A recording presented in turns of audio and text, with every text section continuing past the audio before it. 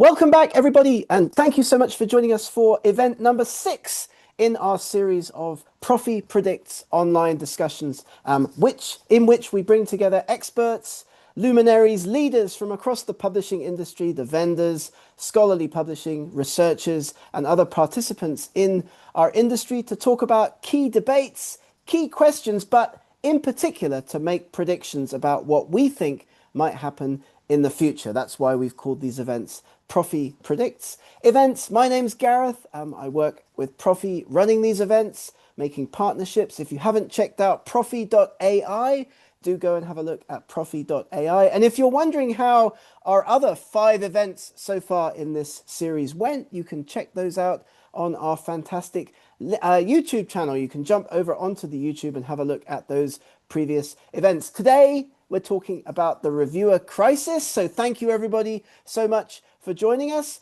We had a question that we asked our fabulous panelists in advance of this event. But just before we get started, I'd like to thank the 4 fantastic panelists who are joining us today for our event. We have Chris Reid, a senior director from Wiley. We have Lucia Steele, who's publishing director at AboutScience. We have McVeigh, who works with Elsevier, research integrity and peer review, and Natalie Khalil, who's the CEO and co-founder of Reviewer 3. So thanks to everybody for joining us. What we did, as we do in all of these events in the run-up to them, is we asked our fabulous panelists to answer a question for us, which this time was, are we experiencing a peer reviewer crisis? And what do you see will happen or should happen to our use of peer reviewers engaging with publishing? What's going to happen to that process? Very important, of course. We'll talk about it a great deal, I'm sure, in this event. But what do we think is going to happen to peer reviewers? Is there a crisis, and how that will change over the next few years? So thanks again, everybody, for joining us in this event today. And to get us started, I'd like to hand over to Chris Reid from Wiley and ask him to answer our question. Chris, how are you doing today? Very good, thank you. Yeah, it's a pleasure to be here. I'll give a quick introduction and then I'll kind of jump in. So, as everyone knows, my name is Chris Reid.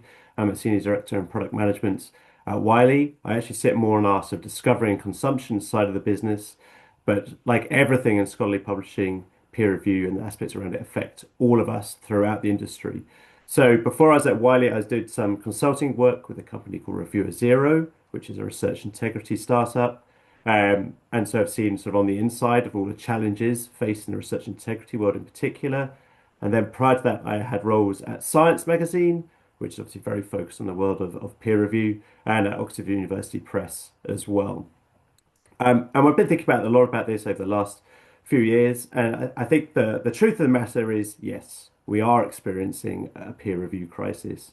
I think it's becoming quite clear, particularly since, or perhaps catalyzed by the generative AI era, that the number of papers coming through to publishers of all stripes has massively increased, where the number of peer reviewers available to review those papers and the time of those peer reviews has not increased. And we have a classic mismatch here between supply and demand. And this is just piling pressure on a system that was already I think it's fine to say in sort of in a bad position, in dire straits in terms of it. I think I'm not going to get into today is thinking around sort of the incentive side of it. I'm sure we'll come back in that in the panel discussion, and trying to think about, well, are there ways to reward peer reviewers academically, financially, which have you.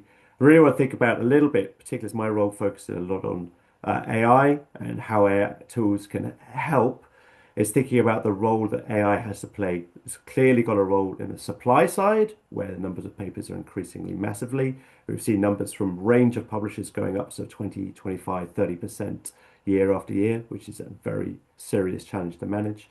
But thinking also about how peer review can be assisted by AI. And I think one of the things I really want to be clear, and I think I put this on this slide, is how do we keep the peer within peer review? I think that's obviously a really key part of the whole system, that it's your paper is reviewed by your colleagues, by your peers, it gives you the insights. But part of that is really also thinking about how do we dissect what the concept of peer review is.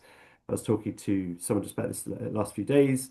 You know, peer review as a sort of object has really only been around for the last 50, 60 years. It's highly venerated. It's the gold standard for right now, but actually it's not perfect. How do we build onto that?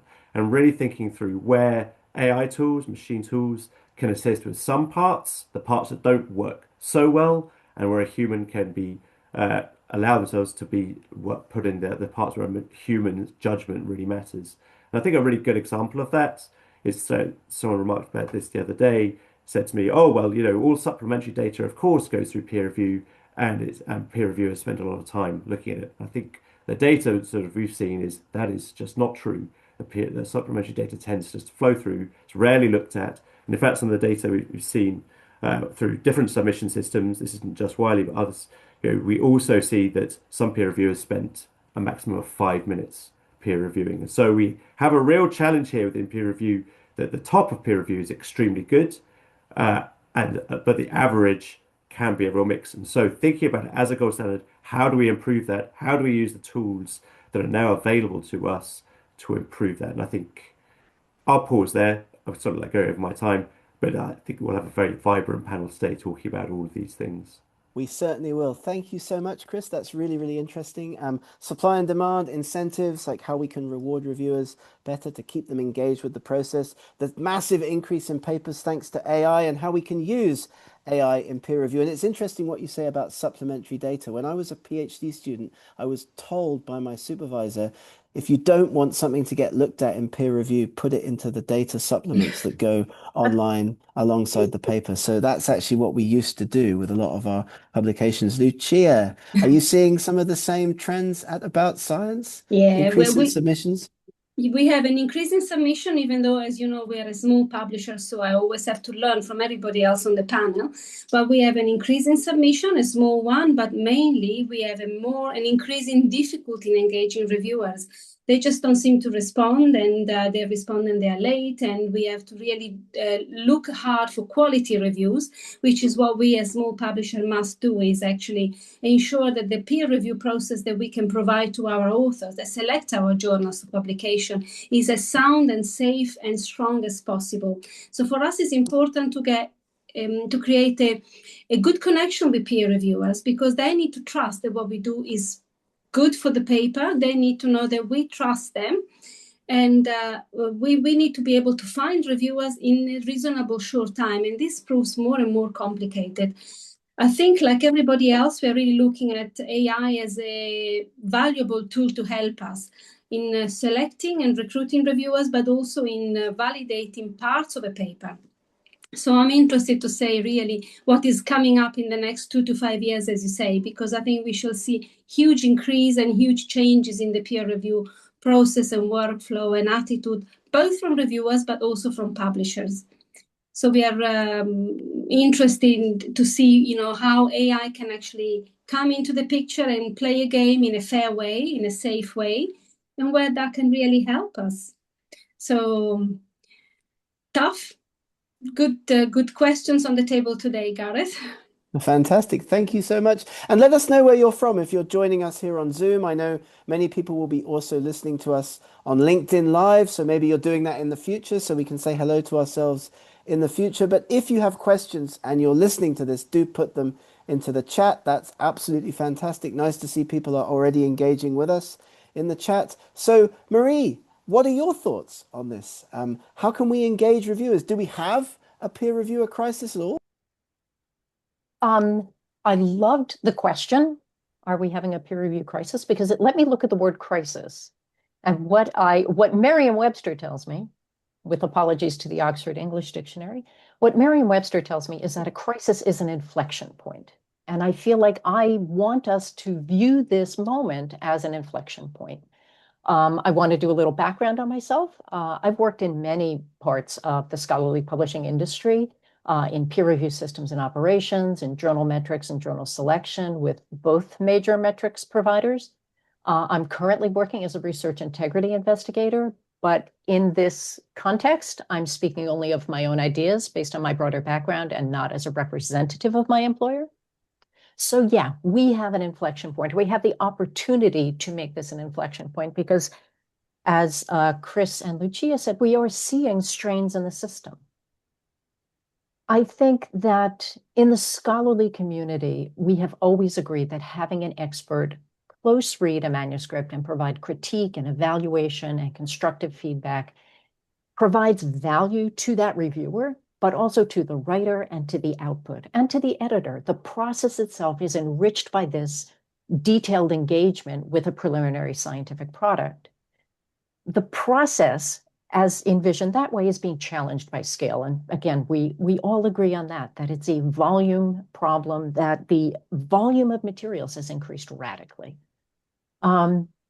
I think we also have a situation where it's not just the volume of manuscripts submitted, there are also other products that are asking for those same reviewers and that same level of attention, like preprints and postprints and journals that impose a post-publication set of peer reviews.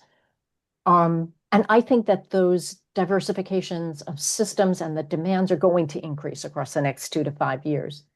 I think the first thing that we're going to see is we're going to have to find a way to match that supply to the demand, the supply of peer reviewers.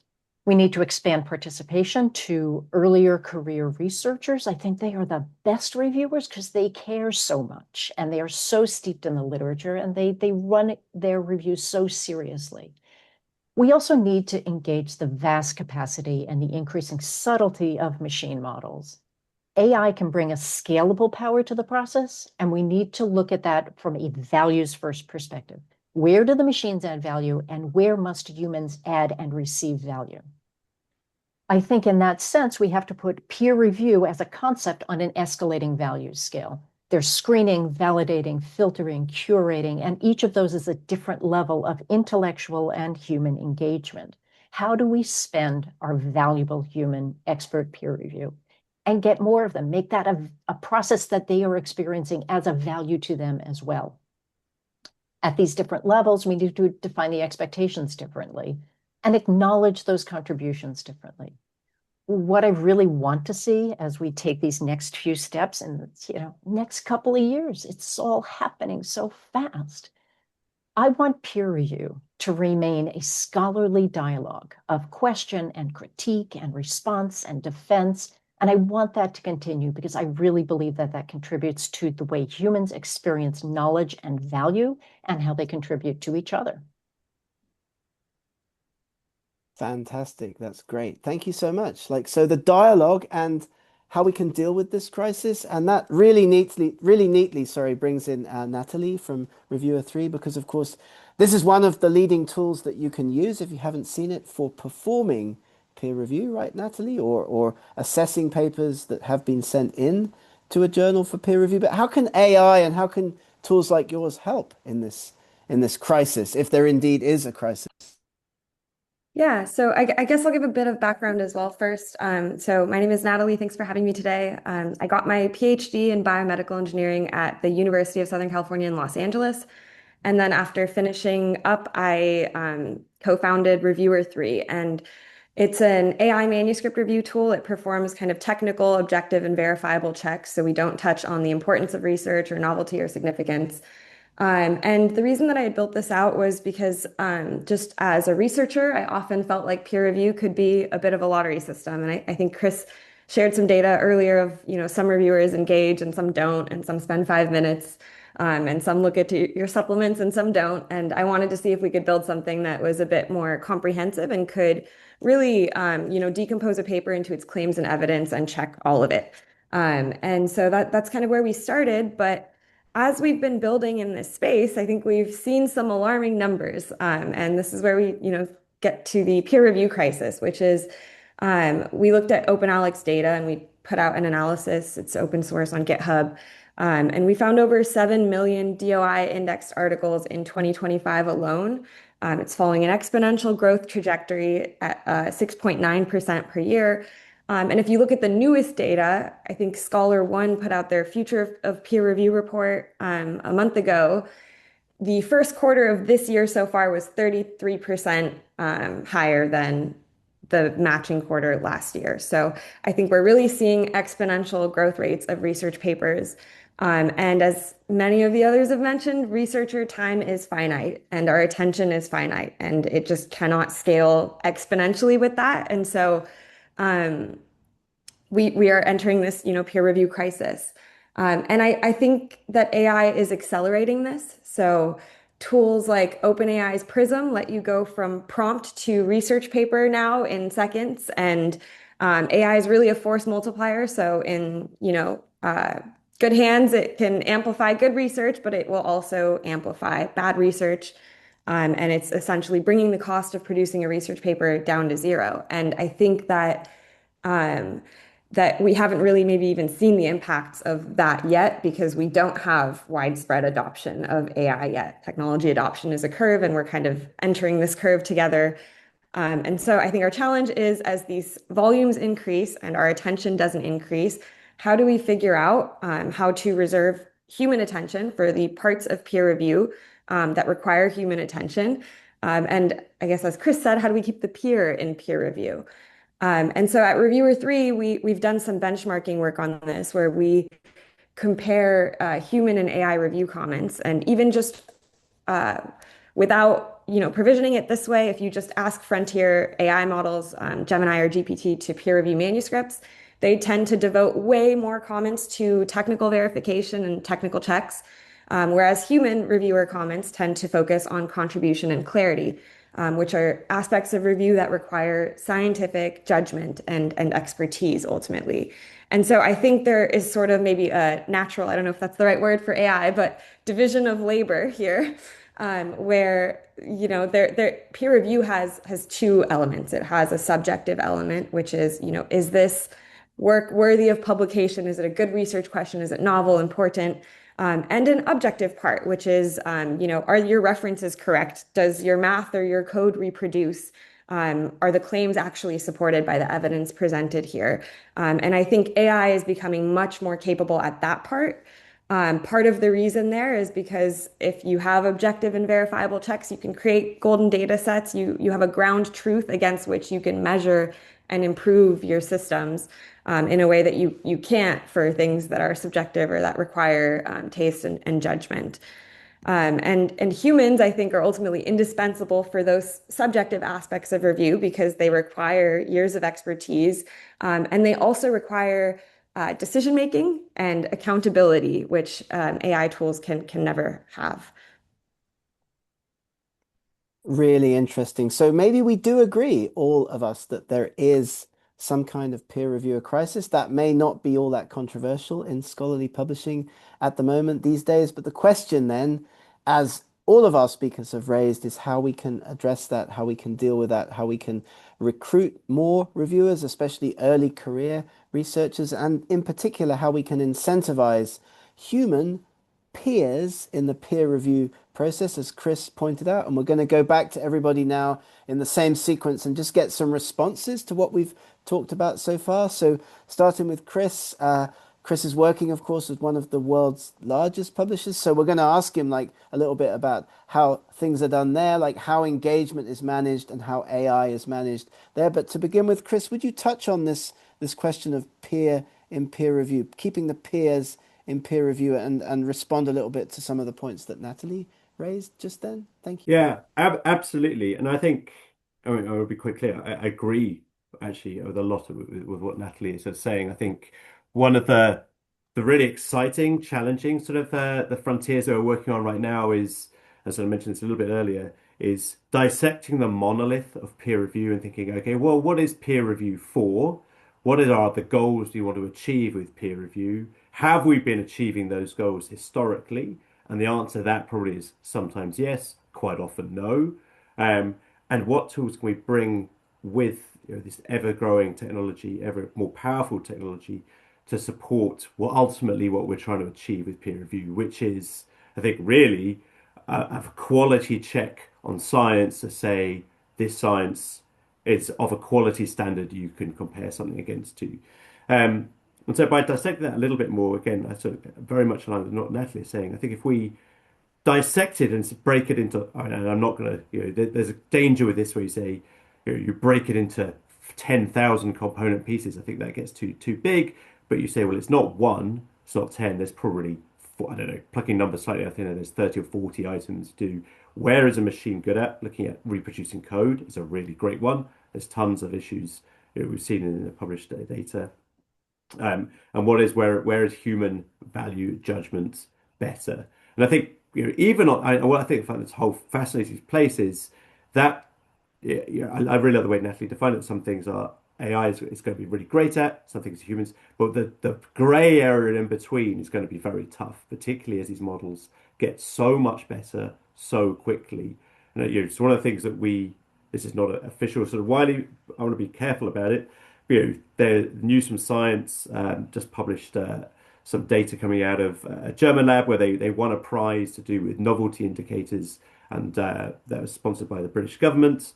And are there things like that within that? So, okay, can this novelty indicator help machines help people with peer review? Again, and I really want to be clear on this, it's the helping part, right? We're not saying replacing. That is, I think, a step too far. But again, if we have a crisis between supply and demand, how do we help those people do more and improve the same quality? I think the other thing I'd like to say before I pass it on is, and this is a much broader point than just peer review, but it's sort of with AI more generally, is often with AI, we seem to compare things to the perfection or to the very best human doing something. I remember when I was at Science, someone was saying to me, this was a few years ago now, so AI has moved on a long way in that time. Oh, this is like a very enthusiastic master's student, and they meant that in a very dismissive way. And so I thought, if I had unlimited master's students, that is an incredible asset. And now if you have unlimited PhD students, it's an incredible asset. And so thinking about, okay, it's not perfect, but certainly is it better than, I mean, maybe this is controversial. Is a pure AI peer review better than the bottom third of peer reviews? I mean, there's an interesting concept to test there. My guess is potentially it would be. Actually, that would be my controversial statement. I'll put it out there. And with that, I'll yield the floor.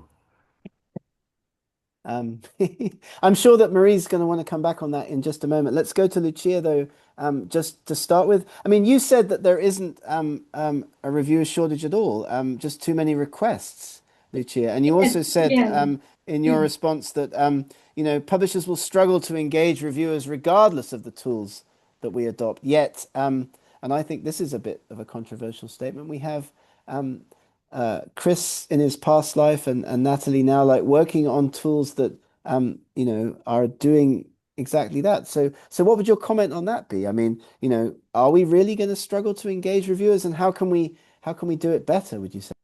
I think what I really mean is that the reviewers out there receive a lot of invitations. They receive a lot of requests to collaborate, to peer review on several papers, and obviously they have to be very selective in their replies.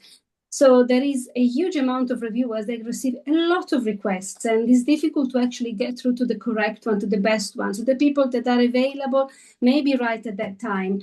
I also have a great sort of faith in what AI can bring us in the future, in as much as trying to screen out some manuscripts on standard methods, for example, and some basic evaluation on how the manuscript actually is packaged up for a reviewer, so that the reviewer will input exactly what they're most suited to do, which is give a human interpretation of the work that is evaluated. Whilst the machine can probably do some overall evaluations on more standard parts of a paper. I find that also we like to work with younger reviewers, and younger reviewers are more available to collaborate with the journal, and you can actually teach them and you can guide them along the way. They're very curious about how the whole mechanism works, and I find that we have a great a lot of time for younger people, younger reviewers, and they seem to be more available for us. Be nice to be able to reward reviewers as well, because I think they do a lot of work and sometimes it's difficult to motivate them. So I'm really listening to the other panelists, how they are actually working with their reviewers. They have a lot of expertise, which we don't have, and a lot of numbers that we don't have. So obviously there is more solutions are going to be brought on the table soon, and we'll see how that works. Absolutely fantastic. We have a great quote from Michael. Thank you for the quote, Michael. Peer review, there's nothing better and it's already in place. and that comes from the former deputy editor of the JAMA series of journals. If you're joining us, do let us know where you're from. We've got people from Denmark, Germany, Ethiopia, Iraq, Nigeria joining us on Zoom today. So that's fantastic. Great to see everybody. Don't be shy if you'd like to ask our panel a question, but let's go to Marie and talk about early career researchers in particular. That is the future. They're of course, they're the future, but I mean, do they provide us really with the better peer reviews, as you mentioned, Marie? And Chris has talked about master's students being enthusiastic, but I mean, what tips do you have? What strategies are you using to engage younger cohorts of peer reviewers? I have set up in journal systems mentoring systems for peer reviewers. So the principal problem with early career researchers is finding them, and then also allowing this to be an educational opportunity on how to do a good peer review and then how to receive a good peer review. So I think that those are both opportunities for us, as well as more traditionally, people were eager to peer review because it gave them access to a network that was building itself around a journal itself. So visibility to the layer of associate editors and editors in chief and colleagues in the field that allow them to grow. When I think about how to keep the value in that process, one of the things that the other speakers are talking about, particularly Natalie, is the idea that what can we do to offload the tedium? And I think for me in my work, the model that I apply is what kinds of tasks do you give to a machine? Machines are really good at things that are repetitive, rule-based, and inherently improved by speed. I mean, it's always good if you get a review faster, but the review isn't better because it's faster. So let's think about the things that machines are particularly good at. Is there a proper, ethics disclosure for human research, for animal research? Are they using, do these technical checks pass? That isn't the job of a peer reviewer. That is in prior work that I have done, that is the job of a journal administrator, but those tasks are also kind of vanishing. So I think that we need to be very knowledgeable and very judicious and tactical about where we apply the kind of power and scale that machine review can bring. And finally, I want to add something that I think we're kind of walking around, but I want to sort of shove this into the middle of the conversation here. And that is, up until a few years ago, the only readers for papers were scientists and scholars. And now there are other readers for papers, and they are machines and interested populace. So I think we have to think differently about what peer means. Can the machine review for the machine reader, for its accessibility, for its structure, for that kind of opportunity to provide those layers of analysis and claims attributions and things like that? I think that, again, we are at an inflection point, and I think that is joyful. Yeah, I agree. I think it's great to be living through this particular period in the development of the way that we evaluate science and the way that we find peer reviewers and the way that the whole process is done, which brings us neatly, thanks Marie, to Natalie. And we've actually we have a question here, which came from one of our audience members. If the AI passes the math and the math is wrong, who's accountable? The reviewer who trusted the tool, the publisher who bought it, or the vendor who built it? Natalie, what do you think about that question? I think it's, again, ultimately whoever's making manuscript decisions. So if it's the reviewer there or the editor there that's using the tool and not checking its output or not understanding it well enough to use it or to be reviewing this manuscript, then I think that's a very bad use of AI. I think ultimately AI tools are making expertise more and more important. And we see this, I think, in the job market where entry-level jobs and software or legal work are impacted the most, and people with decades of experience, people that know how to maneuver these tools and vet their outputs and have this expertise and judgment are becoming more and more valuable. And I think The same will happen with research, where again, it's a force multiplier. You don't want someone to just use it without any judgment or critical thinking. I think as like cognitive offloading or cognitive surrender, I think that's definitely not a good use of AI, but in the hands of someone who understands, who is a subject matter expert, it can absolutely accelerate things. And I think when we talk about also where AI fits best, and letting it do the tedious work, as Marie said, machines don't get tired. So I think it's a great use of machines to put them to work, checking your references, reproducing your code, rederiving your proofs, looking for internal inconsistencies within the manuscript, checking every section against every other section, and just doing things that human attention frankly can't do right now because we are experiencing such an increase in submission volumes. And we just don't have the capacity to check at that level of detail. But that said, this information, anything that it catches, should be surfaced to that human to then kind of streamline the review process and allow them to go and verify the output in order to make manuscript decisions based on that information. Absolutely fantastic. I'm aware that we're moving a little bit away from the question that we posed in this event. We're going to come back to Chris in a moment and ask him for some follow-up comments on all of this. But first, I want to go to Lucia, if I may, with a question that came in from David in our chat here on Zoom. And Alyssa's also made comments on David's question. David says, we hear a lot of anecdotal evidence.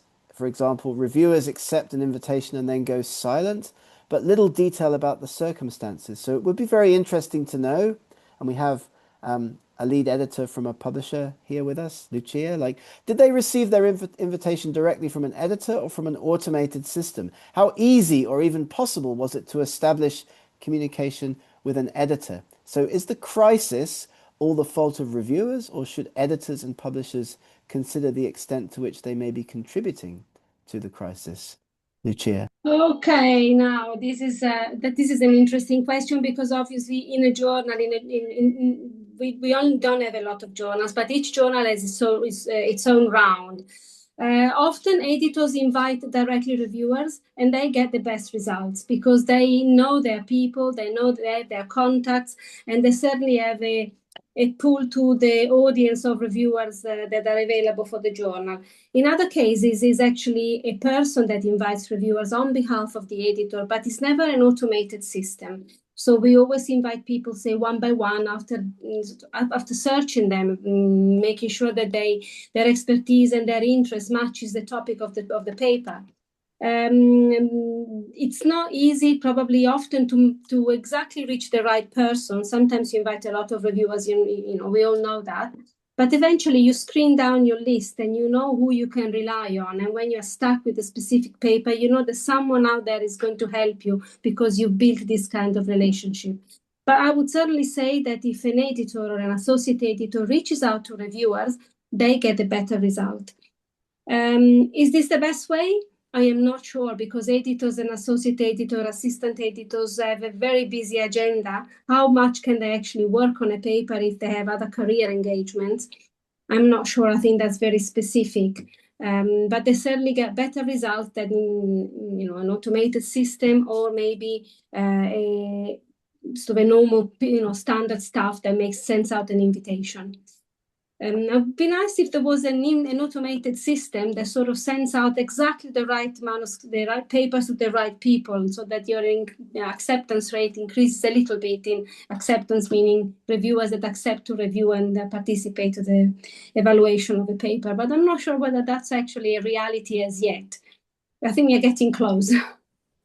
Awesome. I hope that helps. And thank you for the question. Anyone else who'd like to ask the panel questions, do feel free. Do put them into the Zoom chat. That's absolutely fantastic. We have some questions for Chris about AI analyzing manuscripts and writing reports, but can't build a view to what extent the paper needs to improve. Dr. Ali Weeb is asking about that. This is dependent on the expertise of the reviewer. But this also touches on the question that Natalie was raising, that now we have more than just researchers reading papers, and this reminded me of the fact that many publishers are licensing and putting a lot of their peer-reviewed content into AI tools. So Chris, will you comment on that a little bit? Like, what's your feeling on this question of more than one one kind of reader for research at the moment?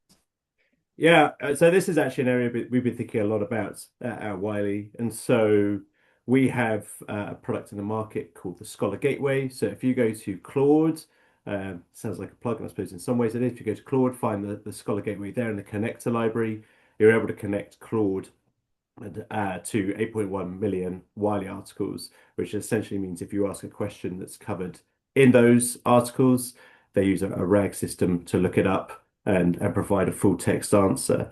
One of the reasons doing that, of course, is to experiment and to try new things. But to answer your question, Gareth, is we are very much seeing this evolution where machine readers are very important. And I think we're seeing this across the web, right? This is not just in scholarly publishing, but the AI overviews that Google has deployed, and we could debate the ups and downs of those as much as we want. But the truth of the matter is that people are using those, clicking less through, clicking not through to content. That is in sort of more of like perhaps they don't actually measure the demographics over at Google on this, or at least they tell us not. This is perhaps more of a lay reader than a scientist. But actually, we see this trend emerging for scientists as well. And then in some of the work we're doing with the Scholar Gateway, when we interview users, particularly the power users, what we're finding is they are building very complex, very interesting workflows where they are using it uses the MCP protocol, using the Scholar Gateway to refresh hypotheses, to build automated labs. And in fact, the National Science Foundation here in the US just funded some cloud-based labs to the tune of $400 million. And this is the change that we're seeing, that actually, we're not saying that humans are going to stop reading content. I want to be absolutely crystal clear about that. But the machine audience is growing. And because it's machines, it can grow very, very quickly. And I think the last thing I'll say on this, and I'm sure this would be a vibrant topic of conversation as well, slightly adjacent to the peer review crisis, is this is happening on the web. So, we've reached the point now, this happened in June, where the majority of traffic on the web is now machine traffic. It was 57.5%, comes out of data from Cloudflare in mid-June. That is a year and a half ahead of schedule where they thought it would be. So the other point here is this is happening extraordinarily quickly. So it's a very, very vibrant area, to say the very least. It is indeed, and that's really fascinating to learn that Cloudflare statistic. Marie, you have comments on this? I mean, you did make a point in your response to our question about how AI should be on a leash. So now's your opportunity to tell us what sort of leash that should be. How long should it be? Questions like that. Marie?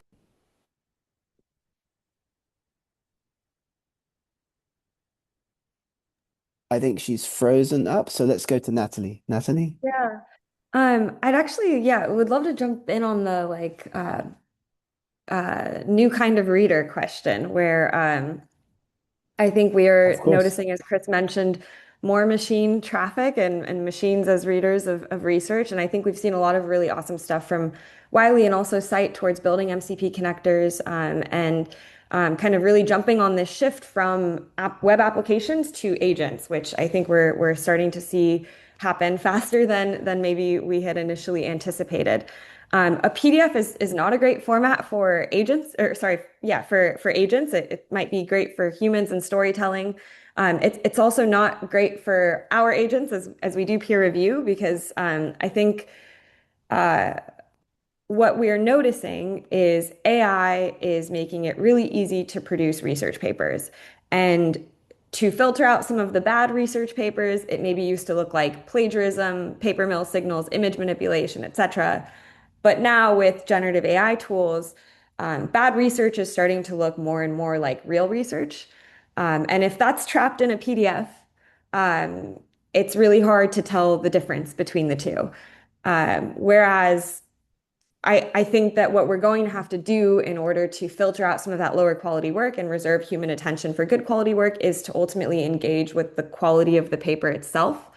And that includes underlying evidence, data and code, and using agents to reproduce these things in real time. And you can't do that if you're just provided with a PDF. That really requires data availability and code availability policies.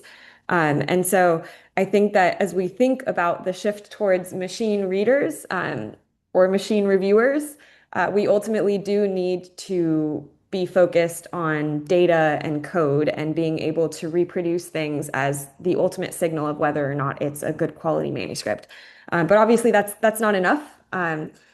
In like wet lab and other fields, you may need data provenance. It may be hard to tell, microscopy images or Western blots apart from fake and real ones apart. And so ultimately, I think we're going to need to move towards really tracking where the underlying data is coming from as well.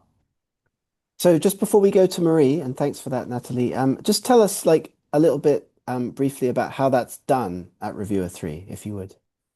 Yeah, so it's really up to whether it's presented in the text. So that's kind of where our biggest limitation is. But if you make your data and code available, we can go and rerun your stats or rerun your code and verify that things even run. And so we'll check that the necessary dependencies and environment variables are present. We'll check that that the files needed for your CLI to run and not crash are all present. We'll check that there are no magic numbers or any issues that would lead to irreproducibility. And then ultimately, we also look at documentation and just making sure that your process is well documented and easy to follow. Fantastic. And we have to talk about incentives. We're going to do that in just a moment, but I see Marie is back with us. Marie, do you have comments on what Chris was saying a moment ago? Like, how long should the leash on AI be, Marie? What I really mean there is the idea that this is about human accountability and not just, I don't want the machines to tell us where they belong. I want us to knowledgeably and tactically decide where to put them. And I think that goes to thinking about where do they enhance value, where do they make more kinds of things available that a human reviewer cannot and will not be able to do, certainly not at this scale. I really like Natalie's dual model of what a machine reviewer can provide in terms of that validation, verification, and what a human reader and peer can provide in terms of the evaluation of where this piece of work sits in the literature and the value that it can provide. I'm trying not to jump back on the other speakers, but I want to talk to them later. You can. That's I the have point. a couple Please of questions. do go ask a question. Lucia, I wrote this down.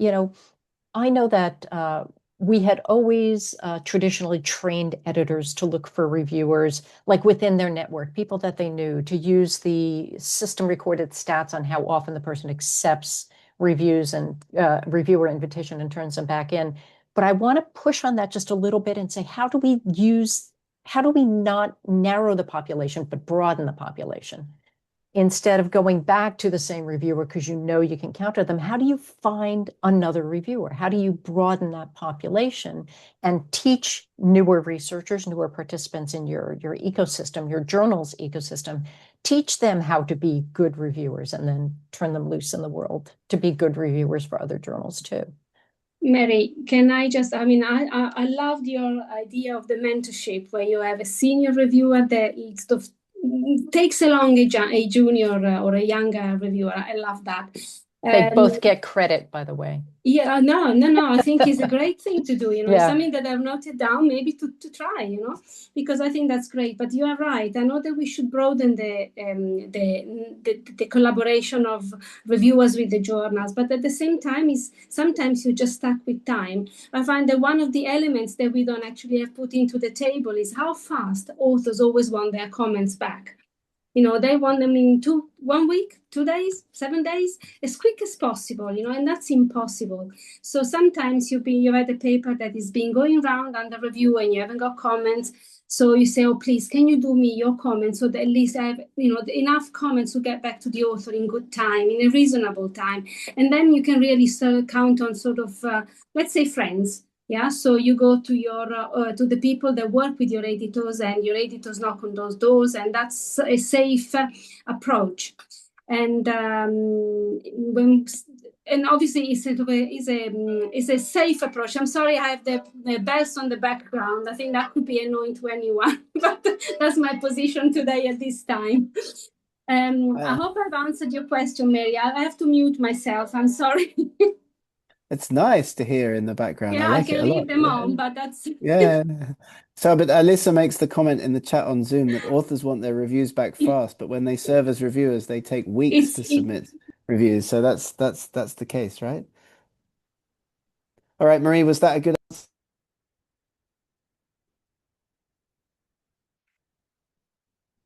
All right. So as I'm aware, I'm back. Yes, thank you, Good. Lucia. That was a great answer. And I like the bells in the background too. All right, well, I'm aware that we're kind of coming like into the last part of our event today. So what we do now, usually at this stage in our webinars, in our events, is just go round again, like to all of our participants, and just get some closing remarks. Like, what have we learned, if anything? And what predictions would you make? How would you change your predictions potentially on the basis of this event? Chris, we'll start with you again. A good discussion. Very good discussion. Yeah, and I think we have learned a lot, right? I think we all agree that there is a crisis. I think there's a range of solutions within that, some of which are sort of on the when I say more traditional, I don't mean that in any negative way, in the kind of doing more what we should be doing, training early career researchers in peer review, providing a better reason to do peer reviews, changing incentive systems, those are elements, and then also adopting and adapting to new technology. I think one of the really interesting things that, again, sort of slightly on sort of the machine side of the world, is thinking about that pace of change. And I think that's one of the really difficult parts.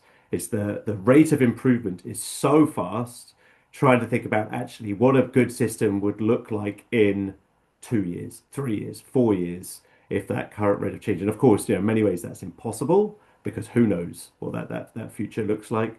But that's certainly something that when we're thinking about this internally, we're thinking about, okay, well, if a machine is this good right now at doing these things, what skills will it have learned? Might not be the right way to frame it.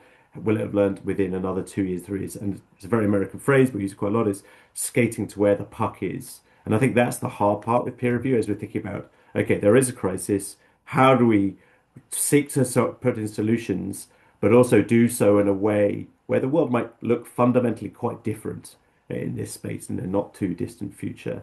I think that's challenging. I find it very invigorating. Gareth, as you said, we are living through history, we're all always living through history, of course, to be slightly flippant, but this is a particularly transformative point in technology, and there is a lot of excitement around that. I think the last thing I'll say before I pass it off is, of course, I don't want to give the impression that it's all upside. The challenge here is we do need to think about very carefully, and as the speed increases, think about the consequences as they come along. Just because we can do something doesn't mean we should do something.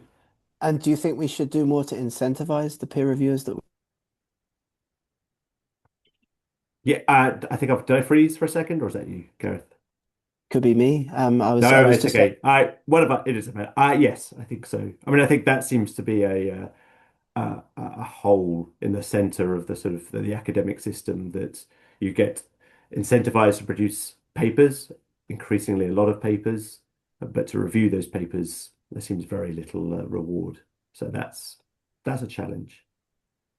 an as yet unmet challenge, as I know you'll agree, Lucia. Like we've worked together on this a little bit in the past, but give us your thoughts on our discussion today, and are we moving in the right direction? Like, how could we incentivize better to keep those humans, like, human experts working on the peer review process, and final thoughts, if you would.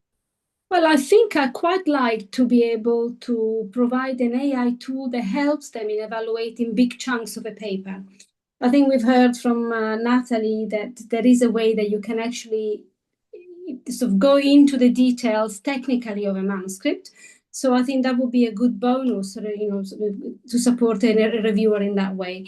We haven't touched at all on the topic of paying reviewers.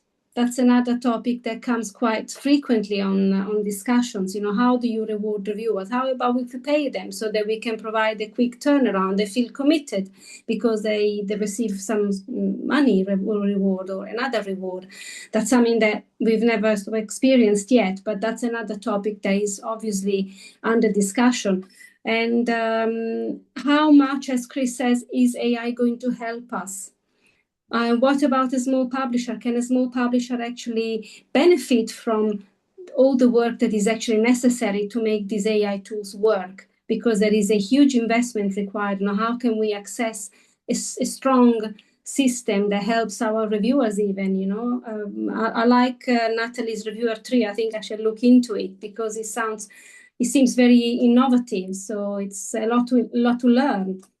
And then, okay, it's to work humanly with reviewers, on a one-to-one basis, mentoring, get them to be part of your team, create a bond with them, which is more difficult, but maybe in this, a small publisher has less difficulty. We can actually dedicate time that maybe a large publisher doesn't have because they have huge numbers. We don't. So maybe that's something that we can be a little bit more performing with reviewers, in creating a kind of a little network. A small club, so to speak. So I think certainly we're living through history. I find AI is fascinating and scary at the same time, and I can't wait to see where it goes. Go on then, Lucia. Do you think we should pay peer reviewers? What's your thoughts on that? Sometimes I wish I could, because it would certainly get me out of tricky situations, but as yet we don't. And I don't know whether we should. Should we? I don't know, maybe people, Chris from bigger publishers, maybe they have a better idea. I'm sure they worked out calculations. We so far have not even dreamed about it, but often this has come up in conversations. Should peer reviewers be paid? Should they be rewarded somehow? How?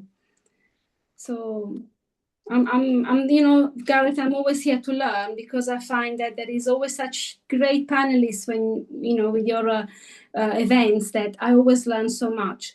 So I'm waiting to hear and to learn more.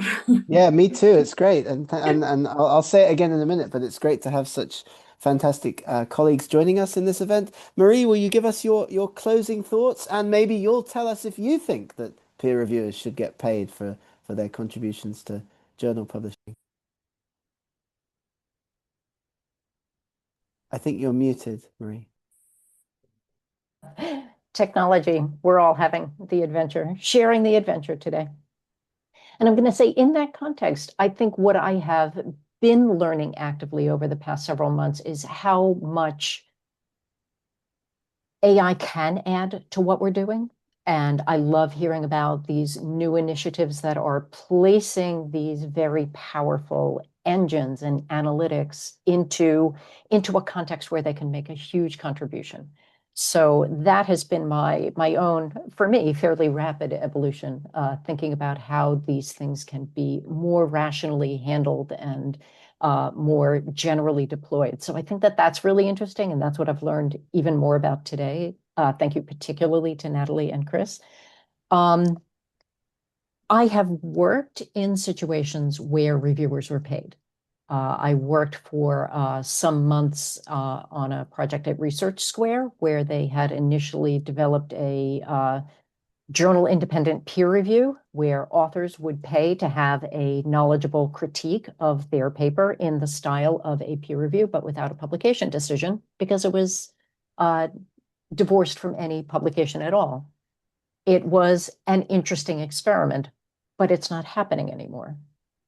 I managed a couple of journals with another publisher back when I was working in peer review management at another publisher, where an author could ask to have an accelerated review process, and they would front the fee to the reviewer to meet a very aggressive timeline, like a 5-day turnaround time for their review.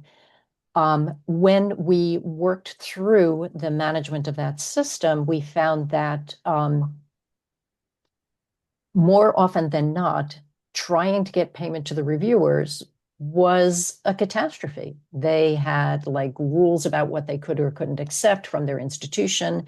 We ended up donating a lot of the peer review fund to organizations or to, you know, systems that they had the reviewer would identify.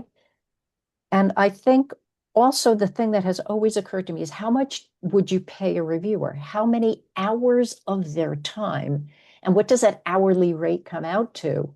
And I think that that underestimates the value that a reviewer is adding to a paper. And I don't know that it would encourage like a higher quality so much as a greater completion rate. And those are not, a greater completion rate is not a bad thing. But I think that we really have to say first, how do we ensure that the quality of reviews that we get back and the quality of the process that they're contributing to is front and center? Fantastic, fantastic. Alyssa says, getting paid for reviews, I feel, is too qualitative. Yes, you can pay them for merely submitting a review, but is it substantive? How much feedback do they need to give? And so on. I'm going to talk and invite Alyssa, David, and Michael, who've contributed so much in our event today in the chat. Thank you, everybody, for making comments in the chat and getting involved so fantastically in this event today. Natalie, your closing thoughts. What have we learned, and are we going in the right direction with our use of AI and incentives and the peer reviewer crisis? Yeah, I think we all agree that there is a peer review crisis, is what I've learned. And I think maybe my initial take was AI can definitely help us, and AI assistants can help us. And I'm learning a bit from the other panelists that there's also maybe some discrepancy in our incentive structure and our ability to engage reviewers that's also contributing to this. I think there's a career benefit to publishing, but there isn't one to reviewing. And as we mentioned, there's also the fact that reviewers don't get paid. So there's really no recognition at all that goes into that. But it's absolutely essential to have an expert look at your research before it gets published. In order to prevent the spread of false information, research builds on itself, and we really need to properly vet research before it eventually gets published. And I think that we're in this weird point in time where AI is accelerating submission volume, and there's a lot coming into the backlog, but there's not a lot of upkeep with actually getting that stuff reviewed on time. And we saw this earlier this year. There was a New York Times article titled "Health Advice from Chatbots is Frequently Wrong" that cited a study that used older models. And I think people on the internet were outraged. How could you say that it's frequently wrong if you're using GPT-4o? Why didn't you use Frontier AI to make statements about AI capabilities? But it had turned out that that paper had just been stuck in peer review for 1 year. And so I think that we're in some fields, peer review does move more slowly than the research itself. And ultimately, we do need a combination of all of these approaches, better reviewer engagement, better incentive structures, and ultimately AI assistance in order to scale with it. Wonderful. We're getting some great comments in the chat. So I think that's a reflection of the discussion that we've had today. And thank you again to all of our fantastic panelists. I'm Gareth. This has been Prophy Predicts episode 6. If you haven't seen the others, check out prophy.ai. Check out the YouTube channel of Prophy. I'd like to thank Alex Charkin and the team at Prophy for the graphics and for the organization of these events. But we can't do these without our amazing, fantastic, fabulous, wonderful panelists. So thanks very much to Chris Reid from Wiley, Lucia Steele from AboutScience, Marie McVeigh from Elsevier, and Natalie Khalil from Reviewer 3. Thanks, everybody, and we'll see you in our next Prophy Predicts event, same time next month. Have a great day, evening, morning, and take care, everybody. Thank you so much. Bye. Thank you very much, everyone. Thank you. Bye-bye.